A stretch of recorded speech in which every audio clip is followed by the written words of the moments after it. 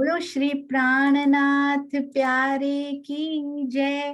बोलो श्री सतगुरु महाराज की जय। आइए सुंदर साथ जी अपने प्यारे प्यारे सुंदर साथ की प्यारी मीठी बतियां सुनेंगे। प्रणाम जी, उनके मीठे भाव उन्हीं के मुखारबिंद से।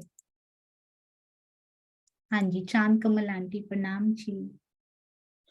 प्रणाम जी सुंदर साथ जी, प्रणाम जी, प्रणाम जी सुंदर साथ जी। आज तो शुरुआत ही इतने मीठे और दर्दीले भजन से हुई ना, ऐसा लग रहा था कि जैसे बिल्कुल दिल चीर के ही ले जाएंगे। बहुत ही प्यारा भजन जो सुबह किरंतन गाया गया। जितना दर्दीला उनका स्वर था उतने ही दर्दीले भाव थे। बहुत ही प्यारा लगा वो। और पूरी बीतक में आज तो सीखने ही सीखने को था। वैसे तो बीतक है ही सीखने के लिए। हम हर साल जो बीतक पढ़ते हैं ना, राज जी ने हमेशा इसलिए ये बीतक के माध्यम से ही आज तक हम लोग बचे आए हैं। नहीं तो इतना बीच में जो समय गुजरा, इतना कि हमने बिल्कुल वाणी पढ़नी छोड़ दी, सब कुछ लग गया। सिर्फ बीतक ने बचाए रखा हमको। आज भी हम बीतक से ही सब कुछ सीख सकते हैं। कर्म कांड से तो हमें सरकार ने बहुत पहले ही छुड़वा दिया था। हम लोग बिल्कुल कोई ऐसा नहीं करते थे। लेकिन वो क्या होता है कि जब समय गुजरता जाता है ना, तो कुछ कुछ बातें पुरानी होती है तो कई बार भूल जाते हैं। तो ये याद दिलाने के लिए ना आज की बितक में कि मुहूर्त नहीं निकालना। मुहूर्त निकालने से कभी कुछ नहीं होता। बिल्कुल सही बताया। कृष्ण और कंस की भी एक ही राशि थी, लेकिन फिर भी उनके कर्म अलग थे। राम और रावण की भी एक ही राशि थी, लेकिन फिर भी कर्म अलग थे। ऐसा कुछ नहीं इन चीजों में होता। सबसे बड़ी चीज है हमारे राज्य। वो अगर साथ है हमारे, तो दुनिया चाहे हमारे अपोज में खड़ी हो जाए, एक उनका हाथ पकड़ करके इस मार्ग पर चल देना है बस। बाकी सब कुछ, वो कहते हैं ना, एक हीरो को पकड़ लो, बाकी ये सारे तो अपने आप आते रहेंगे पीछे पीछे। चिंता की कोई बात नहीं है। तो बहुत ही प्यारा और बहुत ही सुंदर जो अर्जी बोली मीनाक्षी ने ना, भाई राजी ने, मुझे ऐसा लगता है कि धनदेव चंद जी के ना नौतनपुरी को ये वरदान ही है। इतना उत्साह है इनमें, इतनी उमंग है। हम उत्तर भारत वालों को तो बहुत कुछ सीखना है इनसे। कितना प्यारा ये गाते हैं, कितनी उमंग से ये रामते करते हैं। बहुत ही सुंदर। और प्रफुल्ला बहन को तो जब मैं इसमें भी देखती हूँ ना, फोटो में भी जब इसमें आती है, तो वो गोपी भाव को जी रही हैं। काम करते हुए भी उनका ध्यान पूरा यहाँ लगा हुआ है कि वो सुन काम भी कर रही हैं, लेकिन ध्यान पूरा यहाँ लगा हुआ है। एक हमारे लिए आदर्श है, आइडियल पर्सन है। हमें बहुत कुछ सीखना उत्तर भारत वालों को। कम से कम मुझे अपने लिए तो ये लगता है कि बहुत कुछ सीखना है गुजरात वालों से हमें। ये सचमुच नौतनपुरी हमारे लिए नवतनपुरी ही है। रतन के समान ये पूरी है। राजी आपको ऐसे ही हमें हमारे लिए प्रेरणा स्रोत बनाते रहे। बहुत ही अच्छा लगा, बहुत आनंद आ जाता है। सोनिया, आपके लिए तो कुछ शब्द ही नहीं है क्या। कहीं आप तो हीरे की तरह चमकते जा रहे हो, चमकते जा रहे हो। इतना प्यार आता ना, इतना प्यार आता कि बस सामने आ जाओ तो क्या कर लूं मैं आपके साथ। प्रणाम जी बेटा, प्रणाम जी। बहुत सारा जितना मेरे दिल में है सब आपके ऊपर मैं कुर्बान कर दूं। प्रणाम जी बेटा। प्रणाम जी चांद कमल आंटी। आप सब सुंदर साथ के बहाने से मिलता जा रहा है, बस मुझे राजी प्रणाम की प्रणाम बहुत। जी। प्रणाम जी।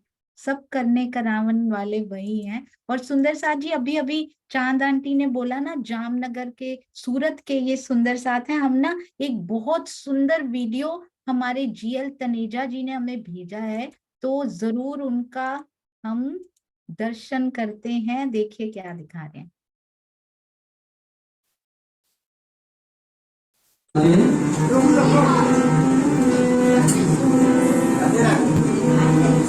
बोले श्री कृष्ण कन्हैया जय।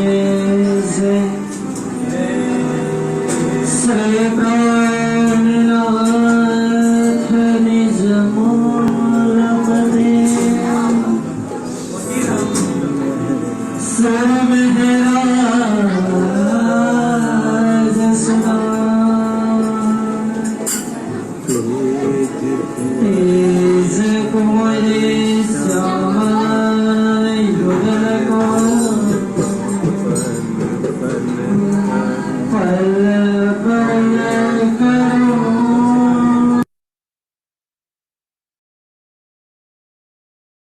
जी प्रणाम जी सुंदर साथ जी। उन्होंने जमुना जी वो वहां पर बहती है ना, तो उन्होंने बहुत सुंदर दर्शन करवाए हैं। मैं आपको एक और दिखाऊंगी, अभी एक सुंदर साथ बोलेंगे, फिर हम एक और वीडियो देखेंगे जो हमारे सूरत के सुंदर साथ ने भेजा है। प्रणाम जी श्रीनिवास अंकल, प्रणाम जी।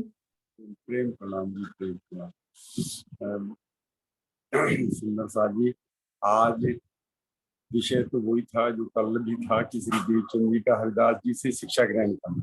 पार्ट 2 आज हो गया, पार्ट 1 कल हुआ था, कल नहीं हो पाया था, तो इसलिए आज पार्ट 2 होकर के पूरा हो गया।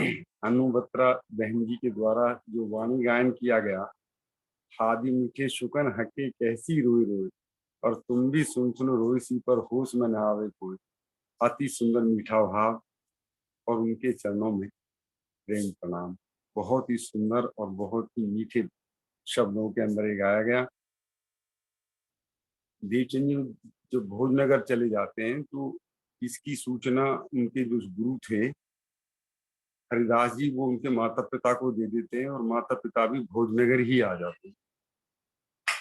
आज की चर्चा में हम सुंदर साथ ने सुना, और देवचंद जी महाराज की जो सांचवटी है उसे देख करके दीक्षा देने का मन जो है उनका, गुरु जी का मन जो है हरिदास जी का, वो सोचते हैं कि उनको दीक्षा दी जाए, वो तय कर लेते हैं। उधर पिताजी जो है वो उनकी शादी के लिए दिन तय करते हैं, तो क्योंकि मुहूर्त एक आदमी के दो तो होते नहीं है, तो एक ही दिन दोनों का मुहूर्त निकल जाता है, शादी का भी और दीक्षा का भी। तो उधर तो उन्होंने कह दिया कि भद्र भेष धारण करिए आओ, और उधर पिताजी जो है उधर अपनी उनकी कन्या के साथ, जो नीलबाई नाम की कन्या है, उनके साथ उनका रिश्ता पक्का कर दिया उन्होंने। और वो जिस दिन होना था उस दिन जब वो भद्र वेश में आते हैं, सिर मुड़ा करके आते हैं, तो नाम देने में शादी का मुहूर्त एक ही दिन का निश्चित हो जाता है। गुरुजी भद्रवेश धारण करने के लिए कहते हैं, आगे हमें समझा बताया है, आज वर्णन में आया है कि पुरुषार्थ से ही बनता है मुहूर्त। कुंडली मिलान छोड़ देना चाहिए, पूर्ण विश्वास धनी पर रखना, क्योंकि जैसा हम देख रहे हैं कि हमारे इतिहास में आता है कि सोमनाथ जी का मंदिर था, वो पंडित वो सोचते ही रहे कि अभी मुहूर्त नहीं है युद्ध का, और वो लूट लिया गया। तो ऐसे ही मुहूर्त जो है, ये प्रत्येक दिन जो है वो पवित्र है, शुभ है, मंगलमय है, और 12 महीने भी मंगल है, विराट जी के बनाए हैं। एक आपके के द्वारा चौपाई की कौल फैल आए हाल आई, तब मौत आई तोए, तब रूह की नासिका को आवेगी। ये वाणी की चौपाई है।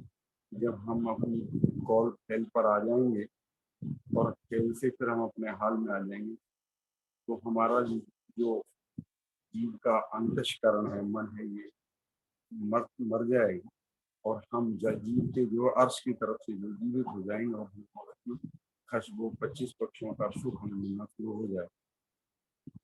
जब वो दीक्षा के रूप में उनको दीक्षा मंत्र देते हैं, तो देवचंद जी महाराज भजमन श्री वृंदावन कुंज बिहारी नित्य विलास का मंत्र उनको दिया जाता है, क्योंकि कुंज निकुंज में रमन करते हैं। निकुंज के अंदर तो आंख मिचौनी का रामत में आता है कि आंख मिचौनी की जो रामत थी वो निकुंज के अंदर ही की गई थी, क्योंकि यहाँ पर वर्णन में आया है कि वो कुंज निकुंज में जो है लीला करते हैं, इसलिए उनका नाम भजमन वृंदावन कुंज बिहारी नित्य विलास का मंत्र उनको दे दिया जाता है। जब वो जाते हैं तो पिताजी के द्वारा गुस्सा किया जाता है, तो पिताजी से कहते हैं कि पिताजी, जिससे आप मेरे शरीर की शादी तो कर सकते हैं, लेकिन मैं तो आत्मा की शादी अपनी प्रीतम से जिनसे मैंने करनी थी मुझे में करा है। मन वचन से यदि हम दृढ़ संकल्प लें तो हमारे लिए हमारा हर कार्य जो वो सिद्ध हो जाता है। गुरुजी देवचंद जी से खुश होकर के इतने खुश हो जाते हैं कि बिच्छू के काटने का डंक, बिच्छू के डंक मारने का जो जहर है, पीड़ा है, उसे उतारने का मंत्र उनको देने के लिए कहते हैं, लेकिन वो उनको मना कर देते हैं कि आपने जो मंत्र मुझे पहले से दे रखा है, तो करोड़ों जन्मों के बिच्छू मारने के डंक से भी वो भी उतारने में समर्थ है, इसलिए मैं एक बिच्छू के डंक मारने के ये कहाँ रह पाएगा, वो शक्तिशाली मंत्र है। तो उनकी इस तार्किक बुद्धि को, तार्किक जवाब को सुन करके जो है वो बहुत प्रसन्न हो जाता। फिर वो कहते हैं कि तुमने जो है किसी का मंत्र ले रखा है क्या, मंत्र ले रखा है तो मुझे जो है ऐसे ऐसे दान में कर दो। तो उन्होंने कहा कि हाँ संन्यास मत का लिया है, लेकिन देखो मैं दान में दूंगा तो वो तो तभी जाएगा जब आपका मंत्र बड़ा होगा, तो वो आप स्वतः ही निकल जाएगा, तो इसको मैं रोटी में रख करके देने से इससे कोई फायदा नहीं। तो उनकी वो उतने प्रसन्न हो गए थे उन पर ये देख करके, उनकी इस विलक्षण बुद्धि को देख करके वो प्रसन्न हो गए। और अंत में जो है मीनाक्षी जी के द्वारा जो हमारी आरती गायन की गई है, इसके लिए कोई शब्द नहीं, बहुत ही सुंदर, मीठे, मधुर और मनमोहक शब्दों के द्वारा उन्होंने अर्जी गायन किया है। उनके श्री चरणों में प्रेम प्रणाम, प्रेम प्रणाम। जी प्रणाम जी। श्रीनिवास अंकल आपके चरणों में कोटान कोट प्रणाम जी। हाँ जी तनेजा अंकल प्रणाम जी। प्रणाम सुंदर साथ जी, कोटि कोटि प्रणाम। सबसे पहले तो आज वाणी गायन बहुत ही सच्चे दिल की आवाज थी, हृदय से निकला हुआ एक एक शब्द अंतःकरण से। मेरा तो मन कर रहा था कि वाणी गायन चलता ही रहे, क्योंकि वो दिल को छू रहा था एकदम। और इसी संदर्भ में दो तीन चौपाई के माध्यम से मैं अपनी बात रखूंगा। महादेव प्राणनाथ जी ने कहा, हादी मिलिया बहुतों को कोई ले ना सका हादी की चाह। शब्द को पकड़ना है। हादी मिलिया बहुतों को क्या सबको ही मिला, लेकिन कोई ले ना सका हादी चाल। और आगे बता रहे हैं कौन लेगा, लेना हादी का सोई चले जो होवे इन मिसाल। जो होवे इन मिसाल, इस मिसाल में जो है, जो इतने दिनों से हम संकल्प ले रहे हैं, क्रोध नहीं करना, लोभ नहीं करना, अहंकार नहीं बोलना, और आज जो हुआ कि मेरे मीठे बोले साथ जी हुआ तुम्हारा काम। ये महादेव प्राणनाथ जी की वाणी पढ़ते पढ़ते ना कभी कभी आप आगे पढ़ने लगते हैं तो रोक देते हैं, रुक पहले मेरी बात को अच्छी तरह समझ, फिर तो आगे बढ़ना। कभी आप गौर करें वाणी पढ़ते हुए, कई बार तो पारायण तो हम ऐसे उंगलियां घुमा के पढ़ते हैं, लेकिन उसका कोई लाभ है या नहीं है तो राजी जाने। लेकिन एक एक चौपाई को हम पढ़ते हैं ना, तो हर चौपाई में जैसे मेरे मन में तो पक्का ही हो गया कि वो संदेश मुझे ही दे रहे कि कोई लेना हादी का सोई चले जो होवे इंसान। हमें वो इंसान ये मेर होत मोमिनों पर, तो पहले मोमिन बनना पड़ेगा। ये आज का जो वाणी गायन हुआ तो मेरे मन में ये चौपाई आई, लिखी हुई है, याद ही रहता मुझे। और फिर दूसरा, सदगुरु देवचंद जी का हरिदास जी से मिलना, ये एक बहुत बड़ी शिक्षा। शिष्य गुरु से मिल रहा है, गुरु शिष्य से मिल रहा है। देखिए जब वाल्मीकि जी की दोबारा से उनको दर्शन होंगे और वो दौड़े दौड़े दोनों जाएंगे, वो अपने घर से आएंगे और हरिदास जी अपने घर से उनको शुभ समाचार देने के लिए जाएंगे, तो रास्ते में हालत होगी तेरा कहाँ, पहले गुरु सामने शिष्य और शिष्य गुरु और सामने शिष्य, कितनी बड़ी लीला है। लेकिन उसका गुण कहाँ से आया, जो आपने बताया, हम भी सुन रहे हैं। सेवा करे न जनाबी अपनी आत्म के कारण, दिखावे ना कुछ को समझावे अपना मन। सेवा करके जनाबे, सेवा करके किसी को बताना नहीं चाहिए अपने मन में।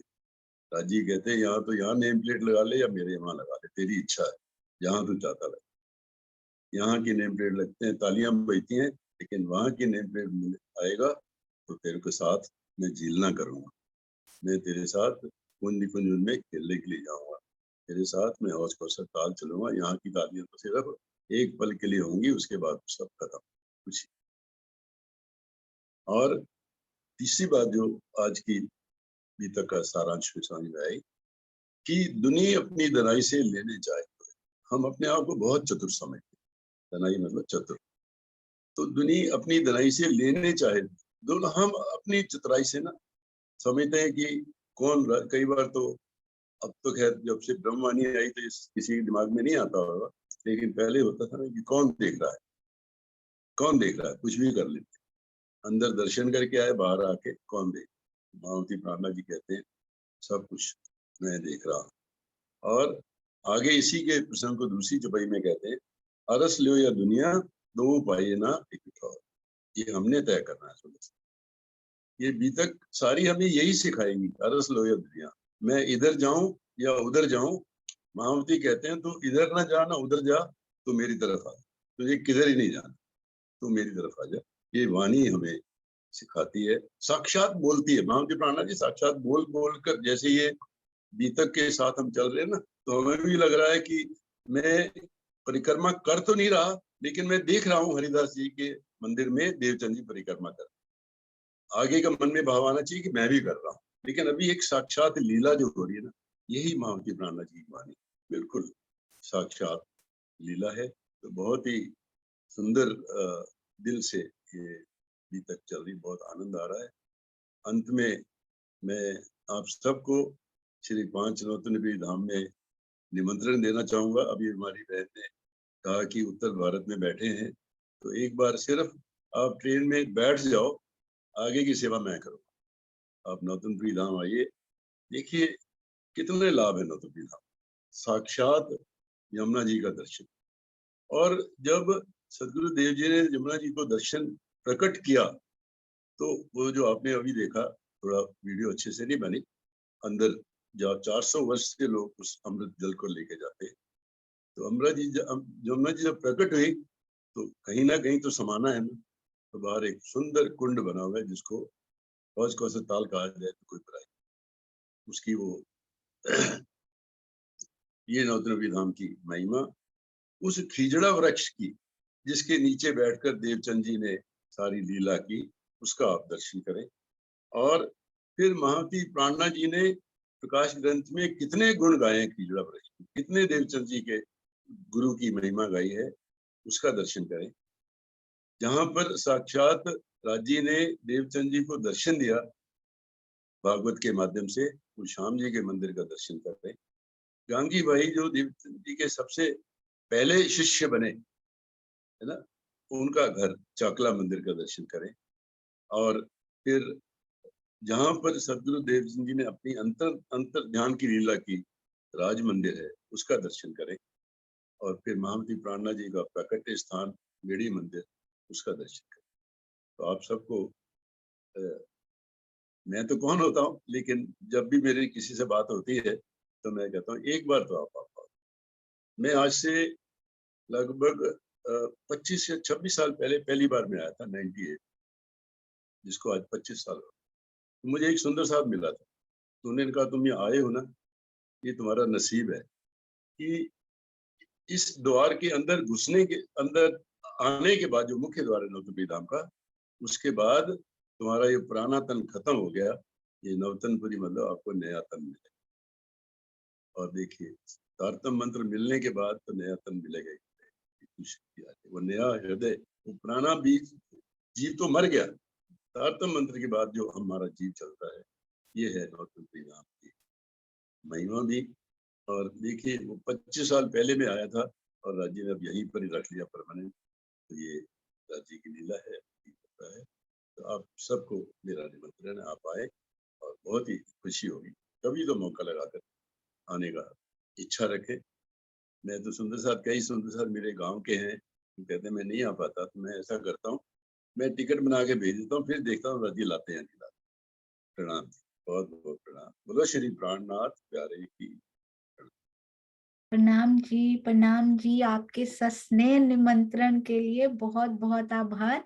सुंदर साथ जी, जरूर जब भी मौका मिलेगा, मैं 25 साल से भी पहले वहां गई हुई हूँ और ये सारे दर्शन किए हुए हैं। सरकार श्री हमें लेकर गए थे पूरी यात्रा, बहुत सारे सुंदर साथ मिलकर तीनों धाम के दर्शन हम सब सुंदर साथ करके आए थे। प्रणाम जी, प्रणाम जी। हाँ जी, राजबाला आंटी प्रणाम जी। प्रणाम जी। प्रणाम जी सोनिया जी। सुंदर साथ जी के चरणों में कोटि कोटि प्रणाम। सुंदर साथ जी सबने जो है बहुत ही अच्छा बताया। सबसे पहले मैं कहती हूँ आज अनु जी को के दर्शन हुए। कभी जो हम रतनपुरी में देखते थे कितना अच्छा गाते हैं। बबलू जी और अनु जी की जोड़ी कितनी प्यारी, कैसे राज जी के प्रेम में बह कर के वो कीर्तन गाते थे जो आज आपने दर्शन करा, बहुत ही अच्छा। और फिर आगे आपकी जो चर्चा थी दिल को छूने वाली थी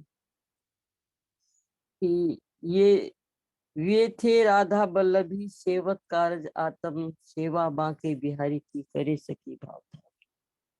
यहाँ से आपने शुरू किया कि हरिदास जी की सेवा को देख करके श्री देवचंद्र जी के मन में आता है कि हाँ मुझे मिलेगा मेरा प्रीतम का, जिसकी खोज में मैं घर से निकला हूँ। और फिर यूं ही सेवा करते हैं, कितना प्यारा। हमें सिखापन लेना है कि सेवा भाव क्या कितनी बड़ी चीज है। जब सेवा करने लगते हैं तो कुछ प्राप्त होता है, और वही प्राप्ति हमारे जीवन का आधार होती है। हम अपने हादी से सीखें कि सेवा भाव क्या होता है। धनी देवचंद्र जी अभी माया का पर्दा है, गफलत में है, लेकिन फिर भी सेवा भाव करते हैं कि मुझे कुछ मिलना है, धनी से मिलना है। अंदर बैठे हुए हैं लेकिन समर्पण की, कितना बड़ा समर्पण है। हरिदास के भाव से सेवा करते हैं और अंदर से हरिदास जी कहते हैं मुझे आज तक तो ऐसा कोई मिला ही नहीं जिसे धनी देवचंद्र जी आए हैं। इतना भाव उनके अंदर आता है तो वो कहते हैं कि अब मैं तुम्हें मंत्र दूंगा, आपको मैं दीक्षा मंत्र दूं। देखो सुंदर साथ जी, ये समर्पण की बात है जो हमारे प्रियतम, हमारी श्यामा जी प्रियतम उनके अंदर बैठे हुए हैं। श्यामा जी अपने प्रियतम की खोज में अपने अंतःकरण में अपने धनी को लिए बैठी है, परंतु माया का पड़ता है। सेवा भाव में मनसा वचा कर्मणा करते हैं। और ऐसा देखकर देवचंद्र जी का नाम सुमरण भी का दिन तय होता है। कहते हैं कि दिन तय धनी करते हैं। हमें कुछ भी उससे हमें सिखापन मिलता है आज के भाव से कि हमें कोई भी दिन तय धनी का नाम लेकर के, राज्य का नाम लेकर हम कोई भी शुभ कार्य शुरू कर सकते हैं। हमें ये नहीं देखना कि हमें पंडितों के पास जाना। बहुत अच्छा लगा आज, बहुत ही अच्छा भाव था ये कि हमें अपने धनी के चरण कमल में ध्यान लगाना है और कार्य सिद्ध होगा ही। तो इस तरह से जो है जिस दिन नाम सुमरण का था उसी दिन शादी का था। उससे हमारा एक भाव है कि हम नाम सुमरण, हमारा जिस दिन राज्य से कोई संबंध अपने सुंदर साथ से मिलना हो तो संसार का कार्य भी होता है, उसको इतना ना देखें। उन्होंने शादी को नहीं देखा कि मेरी शादी का दिन भी सुमरण का दिन भी है। हमें भी वही भाव लेना है कि भले ही संसार के कार्य कितने हो, लेकिन अगर हमें अपने धनी के कार्य जाना है, सत्संग में जाना है, बीतक में जाना है या सुंदर साथ को प्रबोध करना है, हम कोई मुहूर्त ना देखें, झट अशुभ हरण मंगल करण वाला वो भाव रखें। बहुत अच्छा, बड़ा ही आज की बीतक में था। कहते हैं कि जब हम समर्पण में आ जाते हैं अपने धनी पे, हम समर्पित हो जाते हैं। समर्पण की अवस्था बुद्धि चातुर्य को समाप्त कर देती है। पहले तो पी शरबत मौत का कर तहकीक मुकर्रर, एक जरा तिनसक न रखे पीछे रहो जीवत की अमर। ऐसा समर्पण। तो पहले पी तू शरबत मौत, अर्थात मौत का शरबत ये नहीं कि मौत को गले लगाना, अर्थात अपने गुण अंग इंद्रियों से संसार की तरफ से हटाकर धनी के चरणों में लगाना। यही शरबत है हमारा। ऐसा जब हम करेंगे, समर्पण हमारे अंदर आएगा, तो ये समझिए सुंदर साथ जी कि हम धनी के लिए अब पात्र बनने जा रहे हैं। ये हमें बीतक से शिक्षा मिलती है, धनी देवचंद्र जी के भावों से मिलती है। कहते हैं कि जब मंत्र देते हैं तो भजमन कुंज बिहारी नित्य विलास सखी भाव भजिए बरता, तो उससे पहले क्या कहते हैं कि आपने किसी का मंत्र लिया। सुंदर साथ जी, ये इसका भाव ये है कि जब हम धनी को अंदर लाते हैं, हमारे अंदर कोई भी भाव ना रहे संसारिक, संसार का कुछ भी ना रहे, लूंगा मात्र, कहते कि लूंगा मात्र भी न रहे, तभी तो धनी आएंगे। कि चुन चुन कलियां में सेज बिछाऊं, ठुमक ठुमक पग देन, और पधारो मेरे पिया जी रंग भरी है।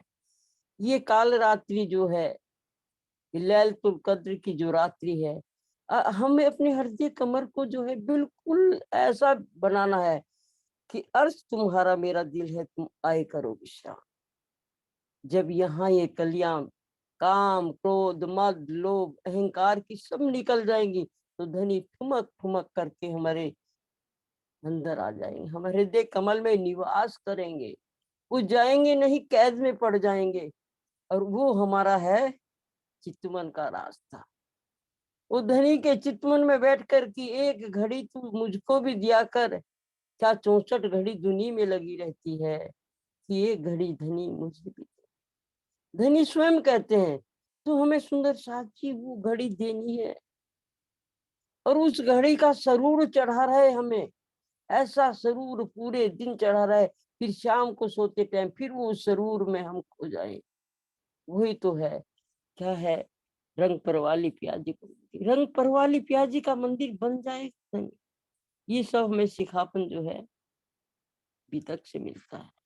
बीतक ने ही हमारे निजानंद संप्रदाय, निजानंद दर्शन को जीवित रखा, सुंदर साथ के हृदय में बैठ करके।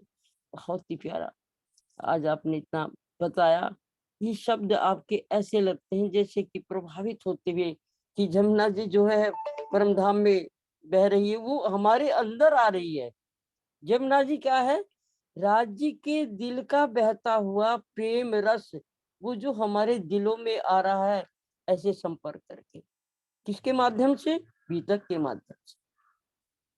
हमें वही करना है सुंदर साथ जी, कि हमें अपने धनी को अपने अंदर इस तरह से रखे कि जैसे इंद्रावती जी ने रखा, बस वही हमारा है बीतक का।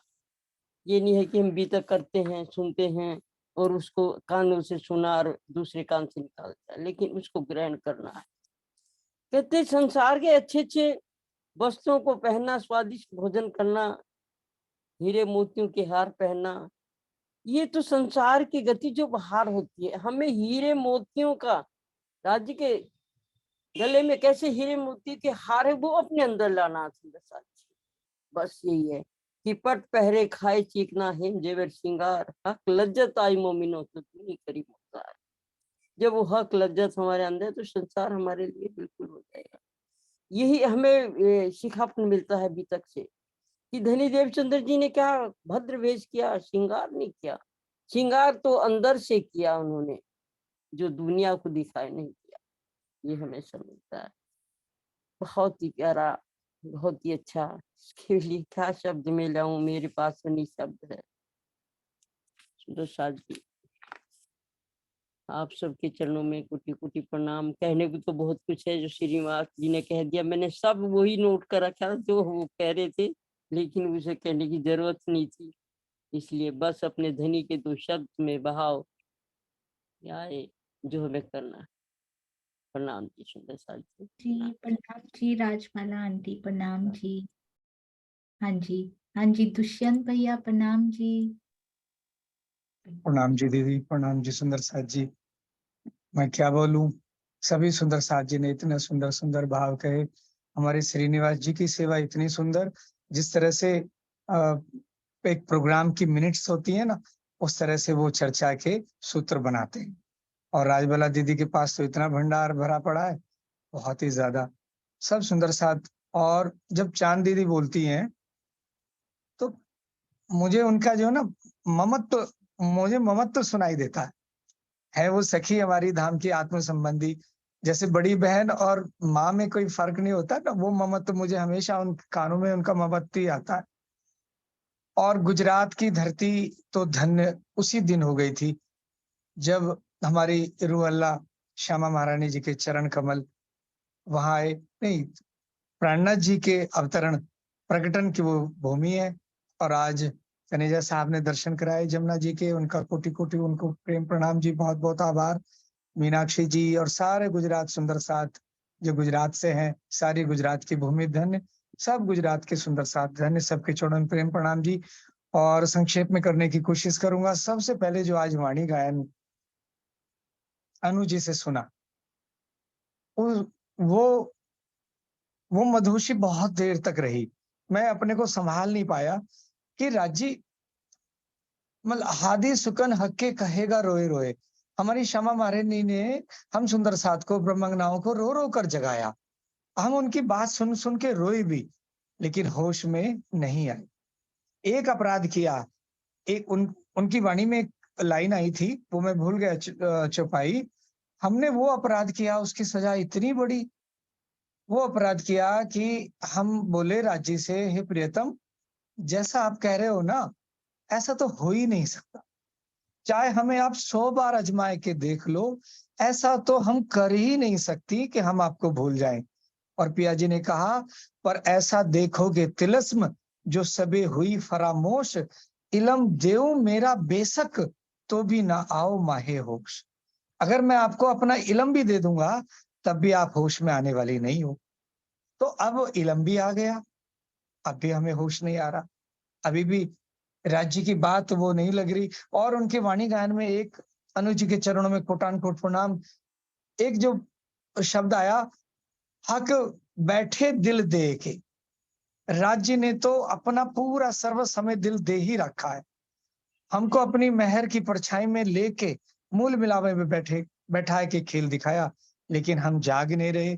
बेशक इलम भी दे दिया, समझ भी रहे, चर्चा भी सुन रहे, लेकिन जागने नहीं हो रही। तो ये जो खेल इतना जोरावर है, उसका तो बस मुझे एक ही उपाय लगता है, जो वाणी में एक जगह कहीं आया, जो जो होवे हक नजीक, जो जो होवे अर्श नजीक, त्यों तो खेल होवे दूर। तो इस तिलस्म को, इस जोरावर फरामोशी को दूर करने का बस एक ही नजर आ रहा है कि राज्य के चरण कमल हम किसी भी प्रकार से ग्रहण करें, उनकी वाणी का मंथन, चिंतन, चितवन ये सब करें, तो ये फरामोशी दूर हो सकती है। ऐसा मेरे मन में कुछ आशा आया। और देखो ये खेल इतना जोरावर, अपनी आनंद स्वरूपा श्यामा जी को भी कितनी कसनी करनी पड़ रही है। सब रास्तों से गुजर रहे हैं, प्रेम की गली से गुजर रहे हैं, और हरिदास जी से आज उन्होंने जो दीक्षा भी ली। तो ये सारी बातें सब सुंदर साथ जी जो कह रहे हैं, उसका एक ही उपाय नजर आ रहा है, राज्य की चितवन, राज्य की वाणी का चिंतन मनन, सुंदर साथ जी के दर्शन और उनके वचनों का श्रवण। इन्हीं शब्दों के साथ सभी के चरणों में प्रेम प्रणाम जी। प्रणाम सुंदर साथ जी। प्रणाम जी, प्रणाम जी। बहुत सुंदर, आप सभी सुंदर साथ जो उसको दोहरा कर और आपके हृदय में जो आ रहे हैं, वो जो सिखापन दे रहे हैं सुंदर साथ जी, हम सभी अपने अपने जीवन में उतारें, अपने हृदय में उतारें। समय आ गया है। प्रणाम जी प्रफुल्ला बेन, प्रणाम जी। प्रणाम जी। आज मेरी आवाज तो नहीं आ पाएगी, गला थोड़ा खराब हो गया, लेकिन इश्क के रंग की चुनरी ओढ़ कर, इल्म का श्रृंगार कर, तनि के दिल रूपी सिंहासन पर विराजमान प्यारी सखी के चरणों में कोटि कोटि प्रेम प्रणाम। कर सब सखिया जो अपने दिल देखे दूल्हे का श्रृंगार कर बैठी है, उन सखियों के चरणों में भी कोटि प्रणाम। आज धनी ने हमें क्या दिया, सिखाया, हम भी सब इसी में ही पड़े हुए, लेकिन धनी कहते हैं जो मैं तुम्हें कहने आया हूँ ना, वो तो होके छिपाया खेल में, दे इलम कर खबरदार, लाओ प्यार ने करो दीदार। तो अब मेरा दीदार करने के लिए मैंने तुम्हें मेरा इल्म दे दिया है, उसी इल्म से तुम मेरा दीदार कर सकती हो। लेकिन वही इल्म हमें अच्छा नहीं लगता है। पहले तो सुनते थे, कहा न कि हादी मीठे सुकन होक के सुन सुन रोएगी, पर मानेंगी नहीं। मैं कभी नहीं मानती कि वो सुकन था, वो कहते थे, लेकिन मानते थे यही कि वो देवचंद्र जी ने कहा, वो प्राणनाथ जी ने कहा, लेकिन कभी हमें दिल में नहीं लिया कि वो हमारे लिए कहते हैं।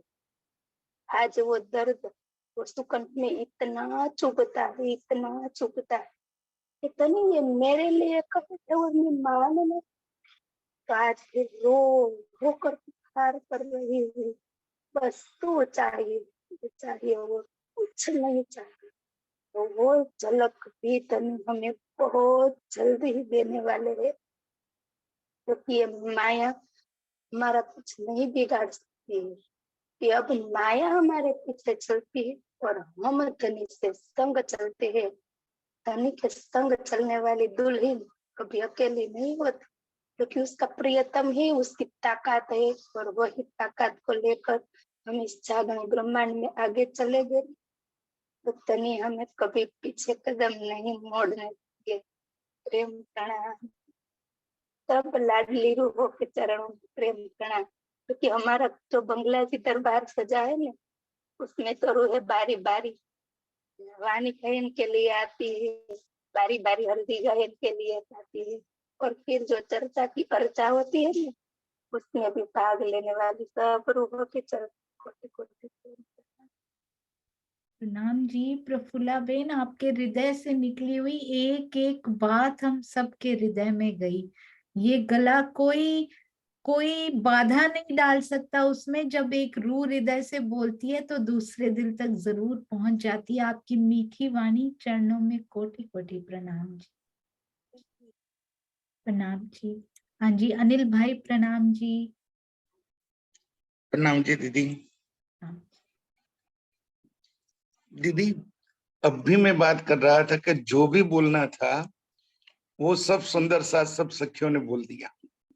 एक अभी जो सोचा था कि हादी मिठे बोल, वो रोई रोई के हम कैसे सरकार से कितना रो रो कर हमें समझाते थे, पता है मुझे।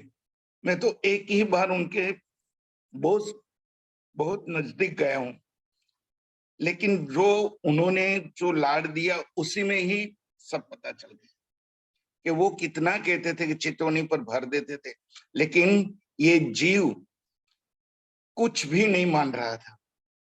अब स्वामी जी के द्वारा ये चितौनी की जो ज्वाला भभक रही है, जल रही है, उसमें हम अपनी आहुति देकर हम आगे बढ़े। बस ये ही, अब तो एक ही लगन है कि हमें बस धनी के दीदार चाहिए और कुछ नहीं। प्रणाम जी। प्रणाम जी। प्रणाम जी। बिल्कुल सही जिस्ट मैसेज जो है वो यही है कि चितवन की ओर आगे बढ़े और विकारों की सुंदर साथ जी आग में डालते जाएं उनको, और साथ साथ आगे बढ़ते जाएं। तो ये जो धनी हमारा जीव है ना भैया, वो है आलसी। वो बहाने ढूंढता है कि ना करनी पड़े ऐसी चौपाई कोई ढूंढ के ले आऊं जिसमें लिखा हुआ हो, ऐसा कुछ मिल जाए धनी की मेहर से जिसमें ऐसा हो कि ना करनी पड़े, और मुझे बस घर बैठे बैठे जैसे डाल दिया ना, ऐसे ही राज्य अंदर डाल के हजम भी पूरा ऐसे ही करवा दो धनी, चितवन ना ही करनी पड़े। बस ये जिसमें हमें आनंद आता हो ना, बस वही करना पड़े, क्योंकि जीव बड़ा आनंदित होता है उसमें। तो वही करें हम, चितवन में ना बैठे, किसी तरह से ये मिल जाए या बीतक से मिल जाए। या पर राजी हैं, उन्होंने ना बीतक में ऐसी कोई चौपाई रखी, ना उन्होंने श्री मुखवाणी में रखी कि चितवन के बिना मैं तुम्हें मिल सकता हूँ, है ना। तो अपनी पल पल रहनी से भी दिखा रहे हैं कि तुम्हें बैठना पड़ेगा। बांके बिहारी के रूप में भी तुम्हारे सामने जो भी स्वरूप आता हो, सुंदर साथ जी कभी कभी ऐसा होता है हम मानते किसी को हैं, वही सामने आने लगता है हमारे। जो भी स्वरूप तेरे सामने आता है पर अंदर उसके मैं होता हूँ, क्योंकि ब्रह्म अंगना के पास मैं किसी और को आने नहीं देता। तो ये परम सत्य मानिए कि पिया जी के बिना हमारे पास कोई आ नहीं सकता, और धनी किसी और के साथ लीला करते नहीं। इतना प्रेम हमसे करते हैं जितना ना कभी सुना, ना कभी आज तक देखा सुंदर साथ जी, इतना प्रेम, तो कुछ पल तो चुरा लीजिए आज इस माया में से, फिर धनी ऐसे खींच लेंगे कि माया के लिए पल चुराने पड़ा करेंगे। प्रणाम बिल्कुल जी। सही। प्रणाम जी, बोलो प्रणाम जी। प्राणनाथ प्यारे की हरे जय। की जय। बोलो श्री सतगुरु सतगुरु महाराज। महाराज की जय। प्रणाम जी। पन्ना धाम की जय। तीनों पुरी धाम की जय। प्रणाम जी। प्रणाम जी सुंदर साथ जी, प्रणाम।